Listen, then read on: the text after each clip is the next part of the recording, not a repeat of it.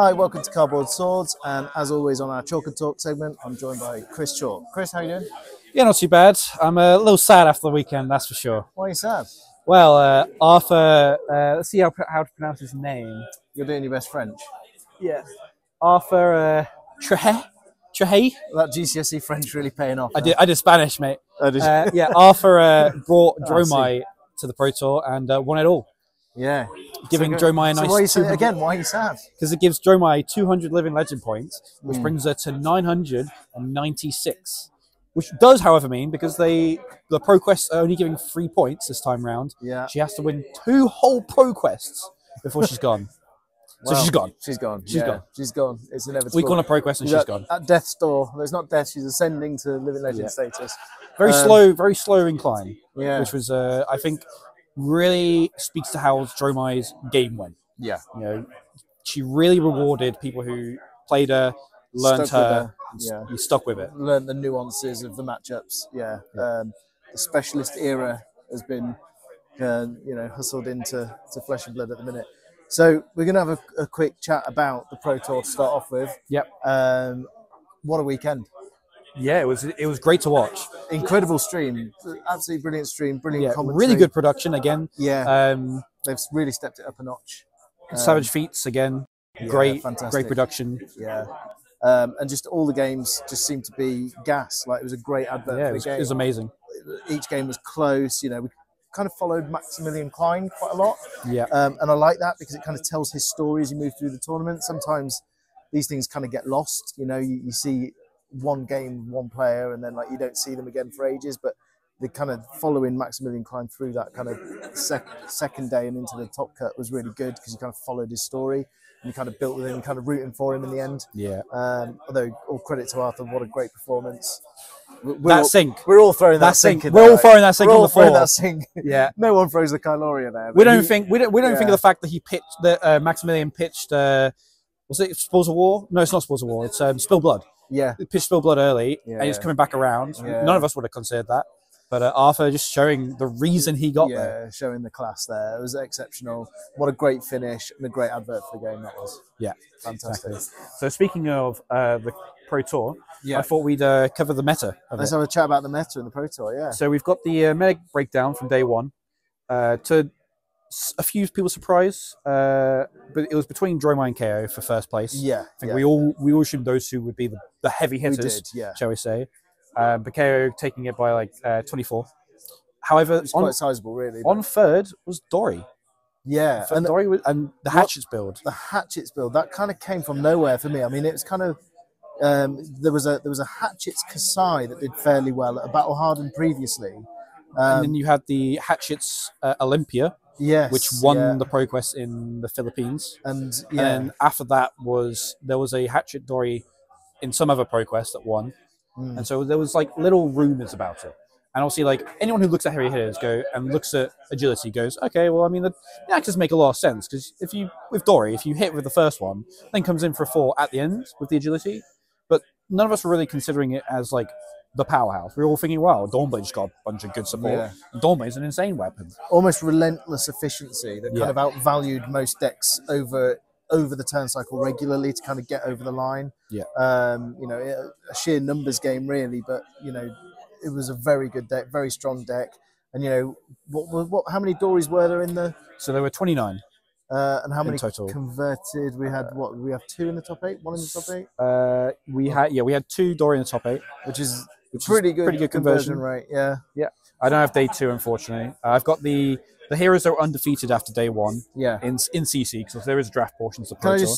Another surprise for me, Viserai showed up well. And that wasn't a deck that was on my radar at all, really. And I can't remember the guy's name who piloted that on stream, and he piloted it really well. I think there were a couple on stream at various points, but it was quite a force to be reckoned with, actually. And people had almost written Viserai off. Yeah, I think Viserai at the moment is definitely rewarding people who play him a lot and stick with him. With Flesh and Blood is definitely a game where you can't really jump from hero to hero. Not anymore. Not anymore. Like back in, obviously, Welcome to Wraith maybe a little bit. But these days we're really showing our having said that, Pete Ward, UK representative in the top 8, jumped onto Kaya. You know, there are decks you can jump into. You know, which is good for new players. And playing the best deck in the room is never a bad strategy. Let's be honest. No, I mean at the end of the day, KO obviously had 76 players take him to the Pro Tour. 5 of them went undefeated in day 1, and obviously 4 of them then top 8'd. Yeah. KO is a strong deck, and obviously it's a numbers game, right? If you're the most represented deck, you are expected to be therefore be the most represented in the top cut. But I think we saw consistently the reason Brute is a class. Yeah. You have your highs, Cast Bones turn 0, and then you have your lows, discarding Bloodrush Bellow off of Wild Ride. And the thing is, when you're hitting those highs, you are regularly outvaluing the kind of raw numbers of like something like Axe Story. Yeah. Not the Great Axe Story, because it's a different kettle of fish, really. Yeah. I mean, it's still value-based, but it's all value-based. But, Hatchet Story, which is this relentless number game over a number of turn cycles, whereas, you're having those big Cast Bones turns, and when it runs hot, it runs really hot, and it outvalues pretty much anything else in the field. Yeah, which is quite interesting, and it's it's quite a good direction because you get it's good for onboarding new players that can pick up, and it is the new classic constructed pre-con deck is Kaio. Yeah, and it does. It's good for new players. Continuing on, top 8, obviously. So we had. I'm gonna butcher some names. This is not gonna be good. Here we go. So, in our first seed of Swiss, we had KO playing Daniel Correas, Spanish player, EU. Then in our second seed, we also had our UK represented Peter Ward. On KO. Well done, Peter. On our third seed was Sebastian Grondel on KO. Yeah. So first, second, third were all KO. Yeah. Probably losing to each other. Then our fourth seed was obviously Maximilian Klein. Yeah. On Dory. Yeah. Fifth seed was the one and only US representative, which was Joshua Lau. Yeah, no surprises there on the Dory. Yeah, Dory, which, if you were listening to the casting, they really applauded Joshua Lau because he doesn't really keep anything secret. He was up lead up to the Pro Tour. He was streaming, offering advice to players, watching replays. People sent in, offering his advice, offering his He has posted some of his coaching sessions. Yeah, and this is all really good resources for new players to get in and peer into. Because obviously coaching costs money. Like if you want a personalized coaching session, sometimes it's pretty big bucks. But Joshua Lau is never afraid to put stuff out there to help people. And one of the best Dory players out there. Players, but one of the best players in general. You don't make the mirror was very close. Yeah, it was incredible. Maximilian showed his proficiency in Flesh and Blood as well as Dory because he pitch stacked his insane turn to line up with Joshua Lau's Potion of Time Stamp, which obviously is a no block. Yeah. It's incredible gameplay. Incredible level of skill. Then in our sixth seeds, we have KO again with Joel Raptor from Canada. Seventh seed is obviously our champion, Arthur Trehey on Dromai. And then our eighth seed is the one and only Kano, who made top 8. I think he went 4-0 day 1 as well, from Brazil. Felipe Lima Cardoso. I think that's pretty close. Yeah, you can tell me if I said it wrong. I mean, it's probably watching this, obviously. But yeah, so that makes our top 8 being 4KO, a Dromai, a Kano, and Kodori. And 8 different nations as well. 8 different nations, 8 different countries. Yeah. It's not the World Championships. Yeah. Brilliant tournament, great advert for the game. Yeah. Fantastic weekend, brilliant to watch. Can't say enough good things about it, really. Diverse meta, It had it all, really. As a brief, apart from Riptide, no Riptides in there. Yeah, no Riptides, unfortunately. Sad. As a brief side note, we'll talk about the calling very, very briefly. Yep. Again, KO Dromai, first, second in representation. However, here Victor takes third, and Dory is all the way down in 7th. Right. So probably your best Dory players are still playing. All the best Dory's still playing the Pro Tour, obviously. Yeah. I'm not sure of the top 8 for that one. I believe the final was Kasai and something. I want to say it was Kano. I literally don't know. I heard something about Margin Bay crying, so maybe it was Kano Kasai. I didn't watch. None of it was streamed. Okay. So the Battle Hardened was no Starvo. No, I think any other calling, all eyes are on it. But when it's attached to a Pro Tour, the Pro Tour the Pro Tour is such a big event. But yeah. So yeah, Kasai won that one. Guess which version? Hatchets. Yep. Amazing. It's been the year of the axe, apparently. Yeah. But yeah, and then the Bauharden, which was Living Legends, also not too long, but really diverse meta now. Starvo is effectively dead. So moving on to the meta and this upcoming ProQuest season, then following this Pro Tour. Yeah. You know, we're going to say goodbye to Drumeye, but it's going to be with us for part of that season. Unless it wins, they're calling. I won't say the name because it might get you demonetized or restricted. What? Yeah, Phuket. Yeah, like Phuket. We'll say Phuket. Yeah. Not how I was going to pronounce it. Yeah, unless Drumeye wins that, we will have it week 1. I do not see it living past week 1. Okay. So what are you going to do, Chris? I don't know what the fuck I'm doing. I don't know what I'm doing. Sobbing into your empty Drumeye sleeves. Yeah, my Marvel Dragon's going in some top loaders and it'll look very nice on my desk. No, obviously I played Kasai at the Manus Screw Road to Nationals and made that to a top 8. Yep. I think diversity. The Hatchet Dory is looking kind of nice. Yeah. But there's a few different options. With Dromeye going, it really does open up a few heroes to playability. Riptide is on the consideration list. Yeah, it's got good matchups into Warriors. You know, although I just lost to you. But, yeah, I got some high turns on that. Yeah, I mean, generally it's fairly got good matchups into Warriors. You know, fairly good into Ninjas. Yeah, Riptide's got some. It's in consideration. Some beans.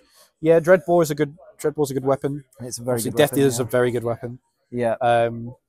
Range has a lot of good tools now, thanks to Outsiders. What I would say is quite difficult for Riptide to pivot between Death Dealer. Right? It kind of builds one way or the other, which is the kind of tricky bit. I mean, if you can unlock that secret, then maybe Riptide is the way to go. But yeah, so obviously Hatchet Story has a lot of space to be changed now that we don't have to worry about Dromeye. Obviously, there are 3 cards that instantly come out, which are the Cleave, I believe it's called. Whenever an axe hits, you then deal the same damage to an ally or hero. So it let you kill 2 dragons in 1 turn, or it let you kill like a dragon and still hit the hero. No, I think it's if you deal damage to a hero or ally, you then deal damage to an ally. So you can threaten a hit on the hero to then kill an ally as well, or just kill 2 allies. What's your take on Ripple Away? Because Maximilian Klein was running that in his list, and he used it to good effect. I believe it was a one-of. Yeah. So you don't want to see it too often. I mean, it's a blue block 3, so the floor's high, but you know that effect. You got to have it in hand. You can't because you got to discard it. You can't have it in Arsenal, and it can be a bit clunky. But you know there are a lot of tokens being generated generally. You know, what do you think? I'm not a fan of the card. Not a fan. I think there are better blue block 3s. KO being in the meta obviously does lead itself to being able to stop the agility, but it's so conditional and it has to line up with the. It's the fact you've got to have it in hand. You can't just keep it in Arsenal, so that makes it tricky. Yeah, I'm not a fan of the card. One of is cool, but I don't know. Yeah. Without obviously saying it was lucky. It was lucky that he passed priority and the KO play had drawn the agile windup, and then he had drawn the Whipple Away turn 1 as well. Yeah. But anyway, okay. I'm not too hot on it. But okay. So anyway, ProQuest meta. What we're looking at, it's wide open, right? Well, Katsu loses a little bit of market value because he's no longer there to spike the Dromeyes. Yeah, like literally spike them. Yeah. You're speaking from experience there, Chris. It's really open. It is very open. We already had an open meta. Yeah. And now that Dromeye's gone, stuff like Vincet can get a little bit of gas. Yeah. Obviously, Riptide gets a lot of gas because that was an auto loss. Yeah, it was pretty much auto loss. Kasai gets better. Kasai gets even better. Yeah. Azalea gets better. Prism gets better, unironically. Yeah. Even though Prism player, like Illusionist players will just tell you that their losing matchups are 50-50. Yeah. Because we all believe that we can just win games if we're just better, which most of the time we can. But I also don't subscribe to that idea. Yeah. So it's wide open. It's wide Absolutely wide open. My prediction would be the Hatchet Dory is going to get popular because it almost won the Pro Tour, and it's a cool deck. And it is cool. It's a cool play. Lumberjack Dory. Victor is obviously going to have some stonks. He's got really good defensive value. Yeah. Obviously, every time he makes a goal, he just draws a card back up. So Trounce is just an insane card, especially when Dory is not running any attack actions. Mm-hmm. Kasai might reveal a CNC or a Nourishi Emptiness. And Kaio's obviously going to be popular, right? Kaio does Kaio things. Awful against KO. If you have a good run. Interesting. KO's obviously going to just stick around. He's going to be the best deck of the format. Yeah. But there's a lot of space to play around him. Yeah. So it'll be an interesting season. During the Pro Tour, we also saw some spoilers for Part the Mistveil. Part the Mistveil. I am so hyped for this set. Yeah, it looks incredible. Yeah, what are your thoughts? What are your first thoughts initial thoughts on that first kind of spoiler video? Blue Illusionist. It's not untalented. They still will not give us an untalented Illusionist. We don't know what the talent is particularly. It'll be something to do with making the chi. Yeah, obviously chi is an interesting. We've all been speculating on it for the last weekend. So, what is it? Maybe it's just you pitch a blue mystic card. Maybe it's some auras that give you incremental chi. Maybe there's like a tunic where every 3 turns you get to gain free chi. There's loads of speculation. We can't speak on it yet, but we can speak on the hero powers. So the Illusionist, your first spectral shield attack every turn is 1 less. So that means this is Enigma, right? Enigma. So that means Iris Reality. Your first one costs 2, and the next one costs 3. Not very good turn cycle, but there's what's it called? Reality Reflector, which is makes attack for an order for 2 for 5. Right. So obviously that becomes a 1 for 5. So maybe. Okay. Then you've got NUU. Yeah. So whenever Alluring Desire. Whenever an action card defends a stealth card, I believe is her effect, the card gets banished instead. Right. So really messes with Levia. Yeah. Like, okay, here's a stealth card. You're gonna block me? Cool. It's gonna go into your banish. Yeah. Nice blood debt. Yeah. And then her effect is obviously free chi to give you the ability to play your opponent's blue cards that turn. I think you banish the top card and then you have the ability to play blues. So good luck playing Kano into that. If they played any blue cards on defense, obviously those are now available to you. You can it's an instant, so you can theoretically do it on your opponent's turn. Yeah. So you can play their blue staunch responses, their blue unmovables. Obviously not their blue sink belows. Going back to Enigma, obviously Enigma's chi effect is make a spectral shield and give it +1. So then that's going to be coming in for 6 or 5, depending on which obviously weapon you play. We assume they'll obviously all get new weapons, so that was always open the doors. We're working with what we know. Yeah. And then the final hero, which is Zen. He doesn't have any initial effect, unlike the other 2, but his main effect is obviously free chi. You create a Crashing Tiger in hand, and then search your deck for a combo and banish it, and you can play it that turn. So instantly, Crashing Tigers are pretty undervalued right now. I think they are a very decent build, but they need something to enable them. Yes. So I'm thinking they need that kind of anthem effect to kind of buff them all or whatever. I'm thinking Zen's weapon is going to do something about giving them power, because he gets to add 1 to hand. Now, unlike Katsu, you can't just discard it. You've got to then do something with it. So I think his weapon is going to be something like a static +1 to your first one, or you attack with it, and then your next one and then your next Crashing Tiger comes in for 1 more. Obviously, then you've got cards like Art of War. Obviously, the existing Tiger cards, War of the Tiger, which gives them all +1. I'm not sure how keen they'll be to lean into older cards like Art of War that are quite difficult to get hold of and quite kind of, particularly with releasing the game in Japan and things. You want cards for those decks to be available. I would suggest. It's interesting. It's the first time we've seen talents for a little while. Yeah. I suspect what we might see are heroes that turn to turn have quite an underpowered kind of, lower powered turns, but then they're able, once the chi's built, or they're able to have these spike turns and then create more value through the game or something as a balance. I think they're in a much better place to be able to balance these heroes than they have been previously. I think chi is not going to be easy to get. We won't be activating your chi effects every turn. No. I think we are looking at the tunic cycle, which is tunic. A lot of players in CC will place a tunic trigger, and so obviously they'll have 2 dud turns that set up these turns, and then on their third, they've got their free resource. They go, bam. Yeah. So I think that's where the game is leaning. I think we're leaning into more of that like tempo where like you kind of take a few hits and come back on turn 3 kind of thing. And then when you've come back, you then keep that tempo, you keep it rolling. Which traditionally, those heroes haven't done so well. Things like Bolton is a classic one, you know, where you are really quite, if you're playing Raid and Bolton particularly, really quite reliant on that tunic trigger for the, you know, the take flight turns or the via the Vanguard turns and that sort of stuff. And pretty much the rest of the time you're having quite under 8 turns, quite mopey kind of 0 for 3s with charge and, you know, into a Raid and maybe, you know, charging the soul. So you're kind of having a lot of underpower turns, but your ability to go off and have like a 25 damage via the Vanguard turn or whatever, that's where your value is, and that's where you make up all the value from those underpowered turns. And if you could do that every 3 turns, you're outvaluing most of the decks, you know. And there is a certain kind of power within a deck to be able to, you know, to have those big turns is a, you know, it can kill a game just having one of those, rather than having the kind of grindy kind of 14 plus kind of power. We see that turns. In the we had a Kasai game, Kasai versus who was it?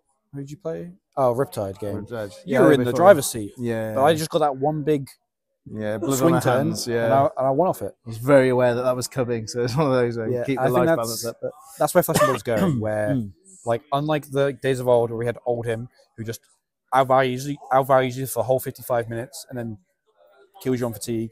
We're now going to turns where your turn-to-turn cycle is quite weaker, but then you've got a good player can then set up those big spikes. Yeah.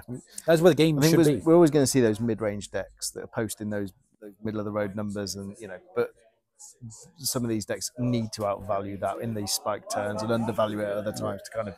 I think Dromo was like where the variance comes, but it's also where that's what makes the game exciting, and that's what gives you different, you know, meta games and different archetypes to play, I guess. Yeah, I think Dromai was one of the last like kind of those turn-on-turn value to get decks. Like she like would play a dragon every turn and then just come at you with like consistent value. Are you going to talk to us about? Are you going to give us a lecture on that's Dromai value theory? That's going to be the last. Well, we don't have to now. She's gone. The value's clearly there. Yeah. No, Mistveil's looking good. It's 8-pack sealed. Though, oh yeah, that's interesting. Which does worry me a little. 8-pack sealed, limited to 40. Was it 30? Might be 30. There's a limit. Right? There's a limit. Okay, 8-pack sealed. Does that indicate that we're going to see less cards in packs? Do we think? No, the packs are the same. Packs are the same size. Actually, no. I'm not sure if we do know about the pack size yet. Pack size might change slightly. Yeah. We might get like less packs in a. It might be. So, it might be the 2 tokens in each. I don't know. More tokens. I don't know. The issue is obviously 8-pack sealed means it's 2 boxes currently. So we're either going to see like the boxes increase in packs. So like 1 box still does 4 people for sealed because that's what it's meant to be, or something else. I'm not really sure. I can't really speculate. Yeah, it'd be interesting.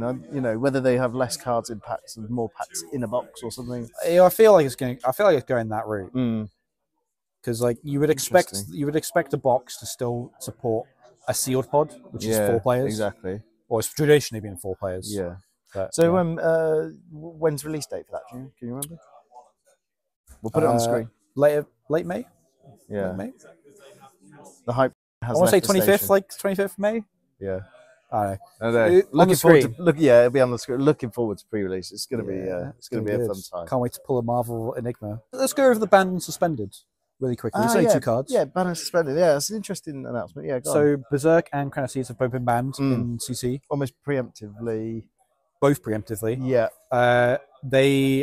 Brian Gottlieb, the chatty is first sentence after announcing the bans goes, now we're going to find out who gets their news from Twitter and who gets their news from the article, because obviously Berserk and Crown of Seeds, Crown of Seeds not legal.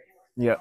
And Berserk wasn't doing anything. Yeah. Why are we banning these cards? Yeah. Turns out Berserk is very critically limiting their design space. Yeah. They've said that there is a upcoming brute that is broken with it. It just breaks the game.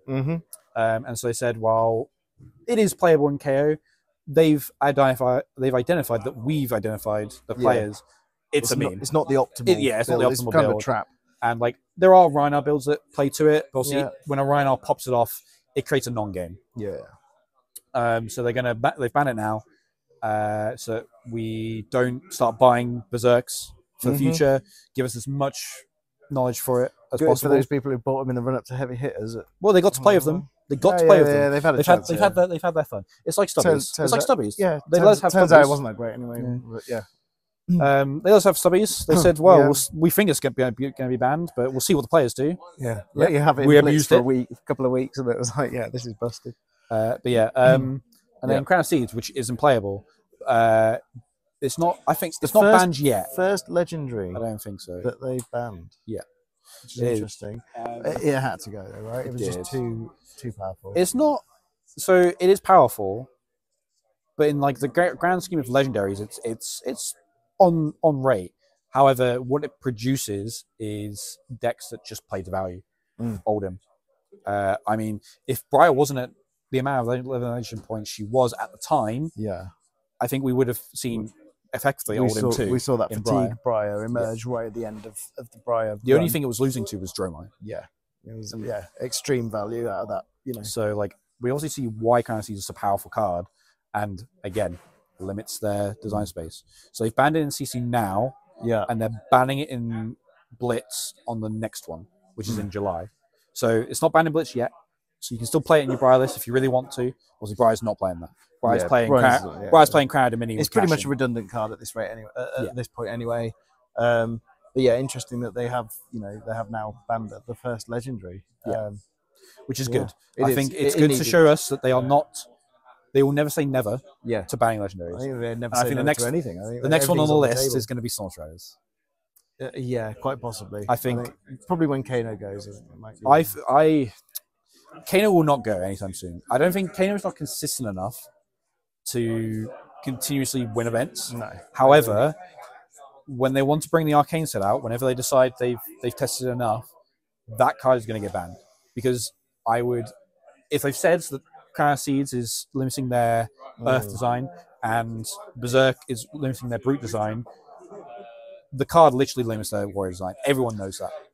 I mean, there must be a few cards in circulation at the minute that are limiting design in various ways. It's what what they're going to ban and what they're not. But I don't know. I just think Storm Riders is too crazy a card. Yeah. It was fine, but like now we've got stuff like Wildfire. Like we could ban Wildfire, but that's kind of putting a bandage on the issue. It's like, do you ban every wizard card that makes Storm Riders good, or do you just ban Storm Riders? Yeah.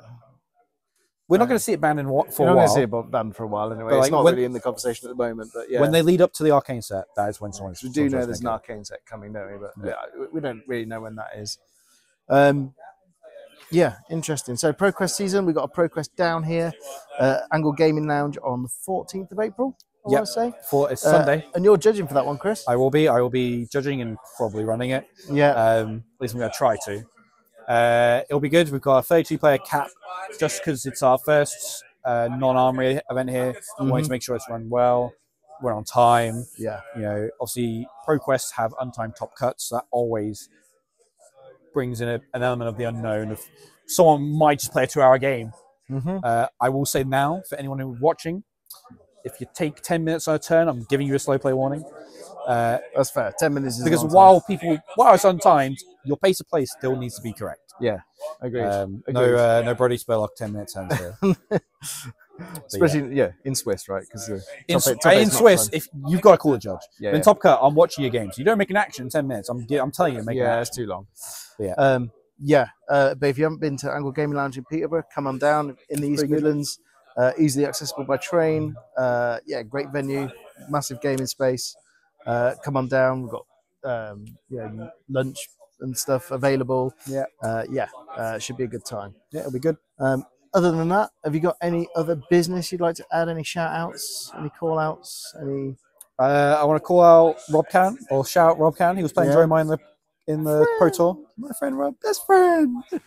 He also bought me my sleeves. Obviously, I'm paying him. But he bought me some sleeves from the Pro Tour. Oh, okay, yeah.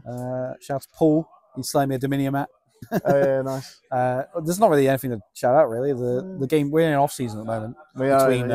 Between seasons. Between RCN and ProQuest. But yeah, cool. Yeah, if you like what we're doing here, then please like and subscribe. Got plenty more content on the way.